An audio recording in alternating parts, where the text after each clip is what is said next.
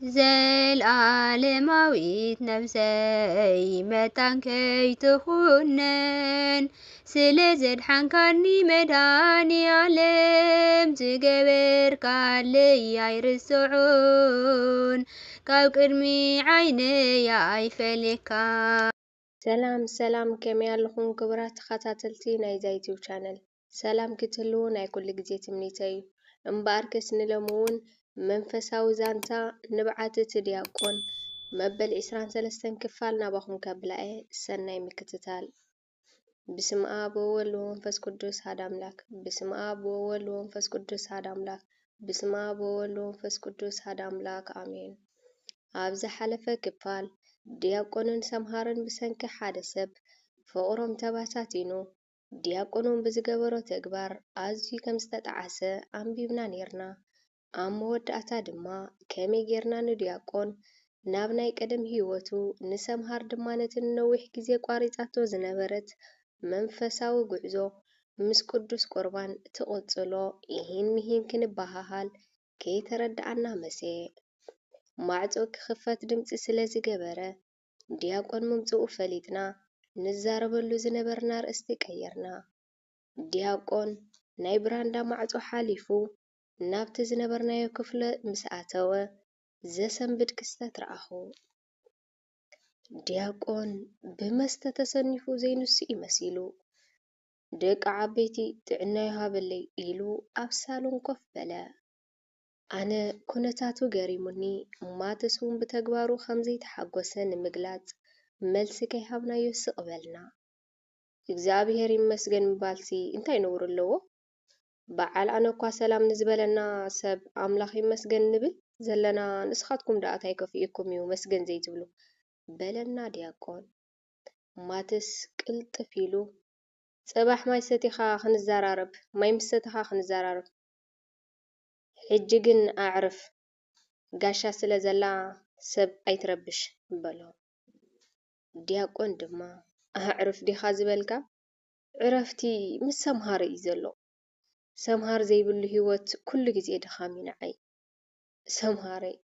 ሰምሃረይ ብድሕሪኺ ንግስቲ ናይ ልበይ ማትስ ዓርከይ ሰምሃረይ ኩሉ ግዜ እየ ዝናፍቓ ግን ዕድል ኣይገበርኩን ገፃ ንምርኣይ ከማን ተኣንጊደ ማዕረ ክንደይ ብመስተ ተሰኒፉ ከም ዝነበረ ካብ ዘረቡ እየ ዝተውዒለ። ስኹር ናይ ልቡ ይዛረብ ዝተብሃለስ ለካ ሓቂ እዩ ድማ በልኩ። ኣንታ ኣብ ባዓርከይ ሕጂ ብዛዕባ ሰምሃር ክትዛረብ ጊዜ ይኮነ እንታይ ኢኻ ትኸውን ዘለኻ እስኪ በጃኻ ኢልናካ ነዛ ገሻ ይትረብሻ በሎ ማትስ ድምፁ ዓው ኣቢሉ። ማትስ ዓርከይ ብዛዕባ ዋልድ ክትሓሊ ጀሚርካ እሞ ዘበን ተቐይሩ በለኒ። ንስኻ ንዋልድ ክትሓልየለን ተጀሚርካ ሰምሃረይ እውን ንዓይ ክትሓልየለ እያ ማለት እዩ በሎ ዲያቆን። ማትስ ምስ ዲያቆን ምዝራብ ገዲፉ ሶርሚሊ ዘይተፀበኽዮ ምሽ ኮይኑኪ ከምቲ ዘዕለልኩኺ እዩ። ሰምሃር እንተዘኪሩ ኣእምሩ እዩ ዝርበሽ። ሓንሳብ ሰምሃር እንተይሉ ኣየቋርፅን እዩ። ሓንሳብ ግጥሚ ይፅሕፈላ ሓንሳብ ደርፊ ይደርፈላ በቃ ክነግረኪ ይክእልኒ በለኒ ድምፀ ትሑት ኣቢሉ። ማትስ ዘረብኡ ውድእ ምስ ኣበለ ዲያቆን ኣብቲ ጎኑ ዝነበረ ላፕቶፕ ኣልዒሉ ደርፊ ክጋብዘኩም እየ ሚሊ ሰምሃር መሓዛ ኺኣምሽ እዚ ኣጋብዝለይ ኢሉ ናይ ኢንጂነር ኣስገዶም ጨኪንኪ ካባይ ተፍእሊኺ ሃንደበት ኮይኑ መገሻኺ ትብል ደርፊ ወልዐ። እታ ደርፊ ቅድሚኡ ብዙሕ ይሰምዓ ኣይነበርኩን። ዲያቆን ምስታ ደርፊ ሓሓሊፉ ክደርፍ ምስ ጀመረ ግን ፅን ኢለ ክሰምዓ ጀሚረ። ዲያቆን ንገሊኡ ግጥሚ ባዕሊኡ ዝቕይሮ ነይሩ።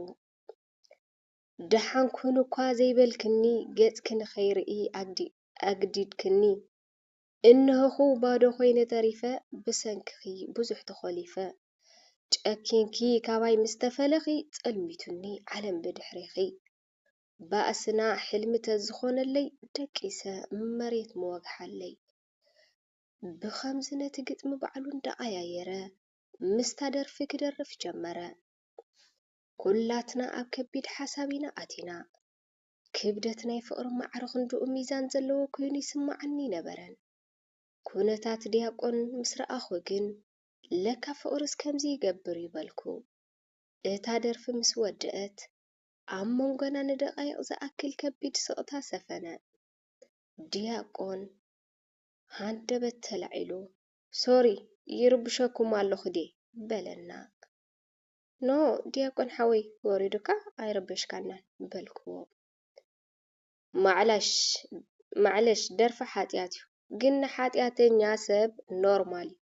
ስለዚ ደርፊ ወሊዐ ግን ሓደራ ሚሊ እታ ደርፊ ጋብዝለ ኢኺ ኢሉኒ ናብ መደቀሲ ክፍሉ ኸደ።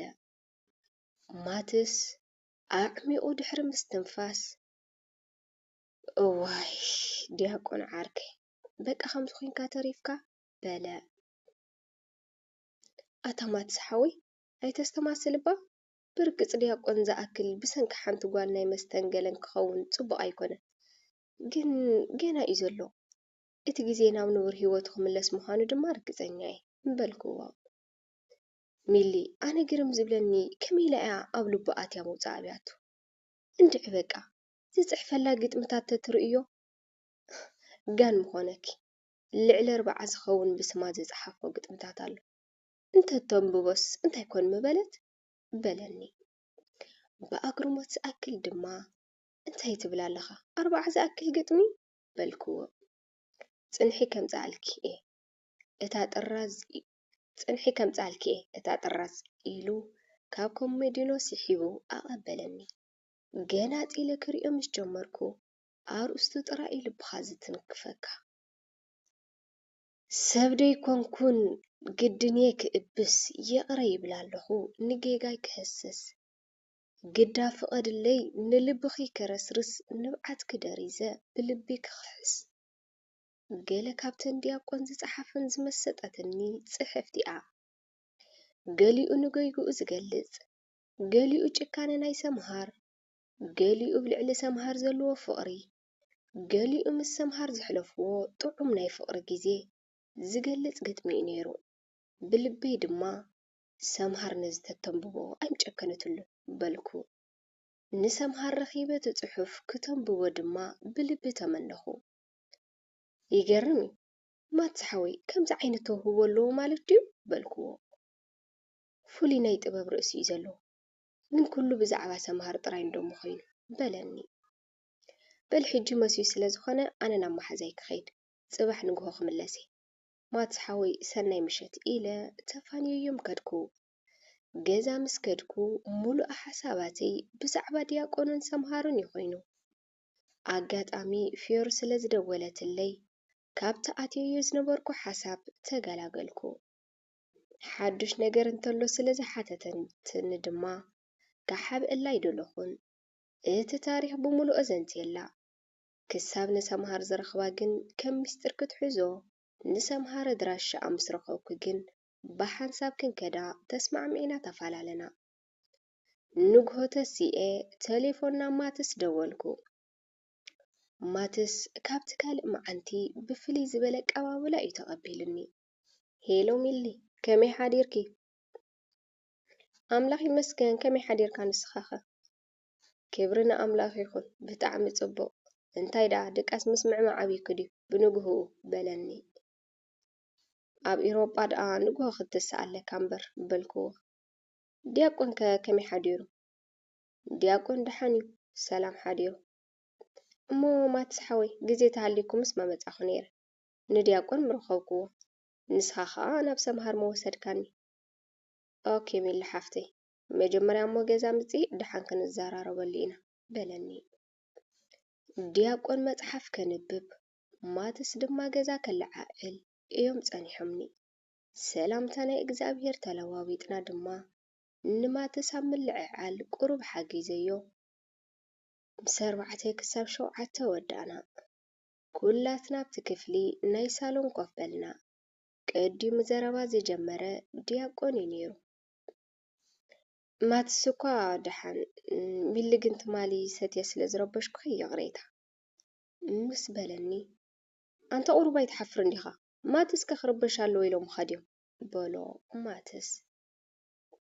لقطي يتنحلك نسخة خمن قلي الرباش جيرك يقدامي اللي حفتي تحزلي أنا بقى إلو زربا قارته نو كم يتبل دياكون حوي نعيدو تايجر كان إيخا يقداس نفس خايخا بديلك قرب جن دياكون كلخا كم تجير كان دحر تستخينكا نسبات حما أرأيا إيخا ختكونو سلازس صبو الله خميل الحفتي نسبات راح زي كونه ناب عبدان زبد صح ويني تستيو زبل تأزازالو كسات تخلو دما كم تتمالز قبركو سيد أنا وزخونه درفتات يسمع درفي مس أملخو طاقوت كم زحسب تركي زي كونه إيوون تراي زي كونس إيوون أبرئس زدما انتا يقات منون يفلتني ننويح جزي بزعبا زلعل اللي سباي نبرن تمال بزعبا سمهر مسحاتت كني كل نجرب قدم عيني سلستسألني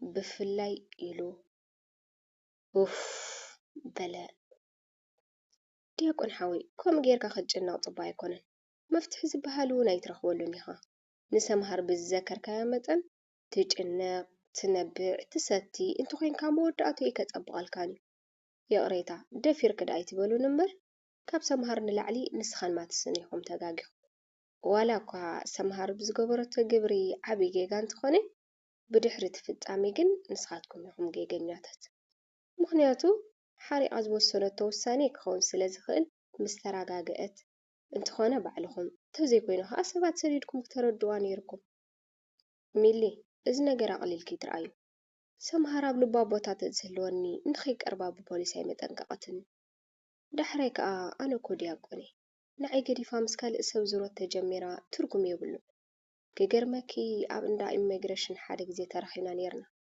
مس حدا ودي نيرا رئي مسبلتني اسم بيدا اتودي متي حانتا على دربي اللي كيدو سلام قبل حاسيبا كوانت نوركم كيك أربني لا تنقعات النسلز نبرت تمريزه حقي حيش كابقت أخم زنبكو سلام كتبلني أزبل قمت نيرن جنس السريعة طرحات متنيرة بقى تسفى أوريزه رئة السلام كيبلت المحلافة عبي مال أختي نيرناعي بلني دياقون دبن من بزبال منفس دياقون حوي صبو الله كالق مسجزي زتارن زفلت انقداي نجر جنسخات تخلو زلها من قد يكون عيكونن يا بتخكل تبدلك يا أخا نجر جنك السبب كاب أملاخ ترحق زخ البدل أي وردك اتمن تايسي نع خايت أفاكاني سبكو صارو زيك الفتناي بزحاكم منيو زبل صحف سلازلو أو رؤسيون من تان كي تدخمون نفسكم كي حللان نتي كاب إيد حاتيات كندزز أكل متسرار مكراس تعجسه نعو ذكروا مس حاتيات كتقالو سخلهم جنا كساب دم فساساي تقالسكمن دياقون حوي نزن قالات زياتن مستوعللن حاتيات نخيت قبر دمكا ختفسس كم زلكا خوريا قدس باولوس يمعدنا له سلازي نسمهر زذكركا تنبع تغهي انت داخوينكا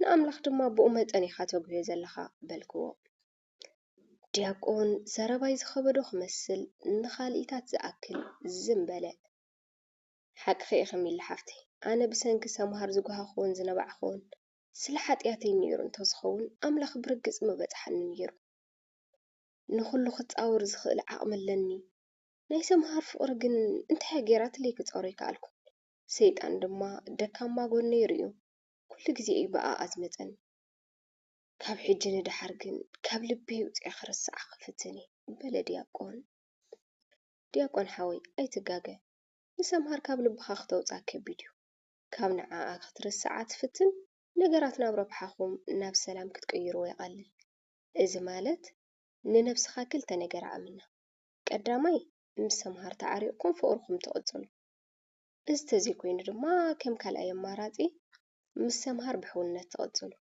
إذا مالت دما نسخا بسلام منفساو قعزو بديقنا تقلقل نسا دما نامني قدم هيوتا تمليسا منفساو هيوتا بقدس قربان تقتل إذي زحش خويني سمعني أيكونن جن كم زازلكم وانا يكلتيكم هيوت أكتعمكم منيا بلكو دياقون ቃል ዝበሃላ የስተንፈሰን ማትስውን እንታይ ከም ዝወረዶ በረዲ ተቐይሩ ዲያቆን ሓዊ ከመይ ተቐበሎ ዝሓሳብ በልክዎ ሚላ ሓፍተይ እንታይ ከም ዝብለክ ይፈልጥኒ ከምዚ ዓይነት ህይወት ዘለዎ ሓሳብ ክቃወሞ እውን ኣይክእልኒ ኣነ ምስ ሰምሃር ክዕረቕ ልባዊ ዝኾነ ባህጊ እዩ ዘለኒ ግን ብኸመይ መንገዲ ኢና ክንዕረቕ ዳህያ ዝበሃል የብለይ ካብ ዘይረኽባ ኸማን ኣዋርሕ ኣለኒ እንታይ ኣዋርሕ ዳ ዓመት ቀሪቡ እምበር በለ ድሓን ብዛዕባኡ ዲያቆን ሓዊ መጀመርያ ባዕልና ክንፍትና ኢና